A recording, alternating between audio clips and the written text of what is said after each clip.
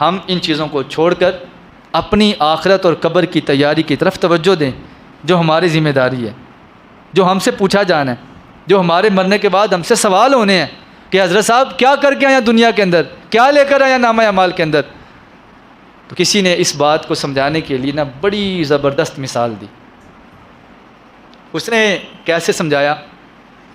उसने कहा, एक वाक़या लिखा हुआ है, एक बादशाह को अल्लाह ने बड़ी इज़्ज़त दी, दौलत, जायदाद, सल्तनत, बगीचे, हर चीज़ उसके पास है। मज़ेदारी की बात यह है कि वो कभी भी अपनी सल्तनत को, अपनी हुकूमत को, अपने अहाते को देखने गया ही नहीं कि मेरी हुकूमत कहाँ कहाँ तक है।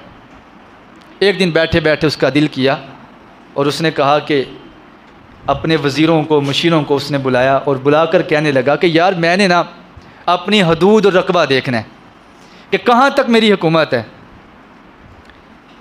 शाही सवारी, वज़ीर, मशीर, पुलिस वाले, जो भी सिक्योरिटी के इंतज़ामात सारे के सारे दौड़े लग गई। भाई बादशाह ने विज़िट करना है अपने इलाके में, उसके लिए लिबास भी आला सिलवाया गया, सवारी भी आला ली गई, तैयारी भी मुकम्मल हो गई। अब प्रोटोकॉल के साथ भाई बादशाह ने अपना इलाका देखना है, उसने तैयारी करके बड़े आबोताब से वो सिलसिला है। इसके बाद क्या हुआ, जैसे ही सवारियाँ आ गई, लिबास आ गए, सिक्योरिटी आ गई, खुद्दाम आ गए, ग़ुलाम आ गए, सारे के सारे जब हाजिर हैं, लाइनें लगी हुई हैं, पीछे सफ़ आरा सब बंदे खड़े हैं। अब ये बादशाह को शाही लिबास पहनाया गया, इसके बाद इसको शाही सवारी पर बिठाया गया। अब सामने कमज़ोर बदन वाला नहीफ़ इंसान, दाढ़ी में सफ़ेद बाल हैं और चेहरे पे भी इतनी कोई ताज़गी नहीं है, बज़ाहिर वो हुलिया बूढ़े वाला। अब वो बादशाह की सवारी के बिल्कुल सामने खड़ा हो गया। पीछे अब देखें सारे सिक्योरिटी इंतज़ामात हैं, लेकिन बादशाह को तो नहीं पता था कि इस बंदे में इतनी जुर्रत हो गई। एंड टाइम पे बादशाह की सवारी तैयार, शाही सवारी, शाही लिबास, प्रोटोकॉल, लेकिन बाबा सामने खड़ा हो गया। बाबा कहने लगा कि मैं उस वक़्त तक बादशाह को यहाँ से जाने नहीं दूँगा जब तक कि मैं बादशाह के साथ एक बात ना कर लूँ।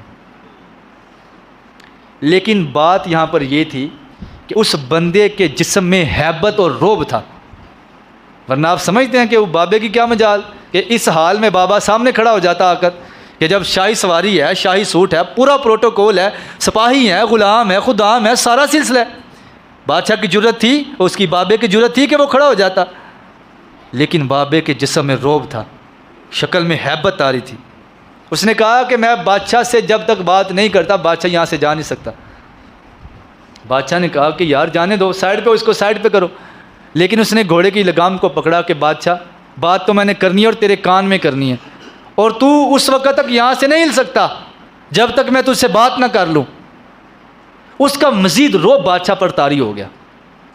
बादशाह ने कहा, सबको खुदाम पीछे से शोर करने लगे, ओ बाबा तुम्हें पता नहीं है, बादशाह शाही सवारी पे बैठा है, शाही लिबास है, देखो कितनी पीछे फ़ौज है, कितने सिक्योरिटी इंतजामात हैं, ये कर देंगे वो कर देंगे।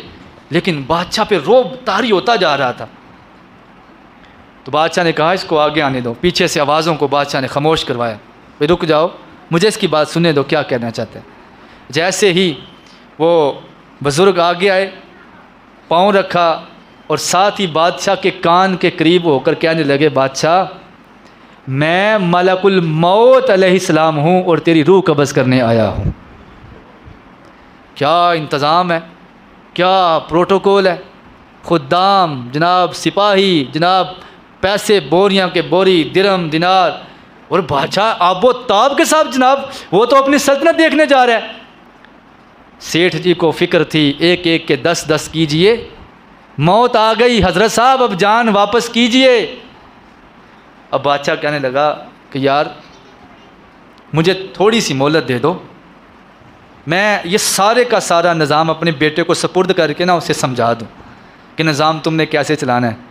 लेकिन मलकुल मौत अलैहिस्सलाम कहने लगे, बादशाह साहब एक लम्हा भी नहीं आएगा हूँ, चलो। जैसे ही बात मुकम्मल हुई, बादशाह सवारी से नीचे गिर गया, किस्सा ख़त्म। एक लम्हा भी मौत ने उसे न दिया। लेकिन यही मलकुल मौत अलैहिस्सलाम जब एक बुज़ुर्ग के पास गए और बाबा जी ने ना वो गंठरी अपने सर पे रखी हुई है, वो थोड़ा सा ज़िंदगी गुजारने का सामान है उसके अंदर, वो थोड़े से कपड़े हैं, ज़रूरियात की चीज़ें हैं, तो नहीफ बदन, सर पे गंठरी उठाई है और चल रहे हैं। मलकुल मौत अलैहिस्सलाम इंसानी शक्ल में आए, आकर कहने लगे बादशाह बाबा जी एक बात करनी है आपसे। बाबा जी कहने लगे करो भाई। वो कहने लगे कि मैं मलकुल मौत हूँ और रूह कब्ज़ करने आया हूँ आपकी। बाबा जी ने पांडु तारी साइड पे रखी, कहने लगे चल पुत्र चलिए। मलकुल मौत अलैहिस्सलाम कहने लगे बाबा जी इतनी क्या जल्दी है आपको, मवाज़ना करें। अल्लज़ी खलक़ल मौत वल हयात लियब्लुवकुम अय्युकुम अहसनु अमला। मैं मानता हूँ अल्लाह का फरमान है, यकीनन सर तस्लीम खम है।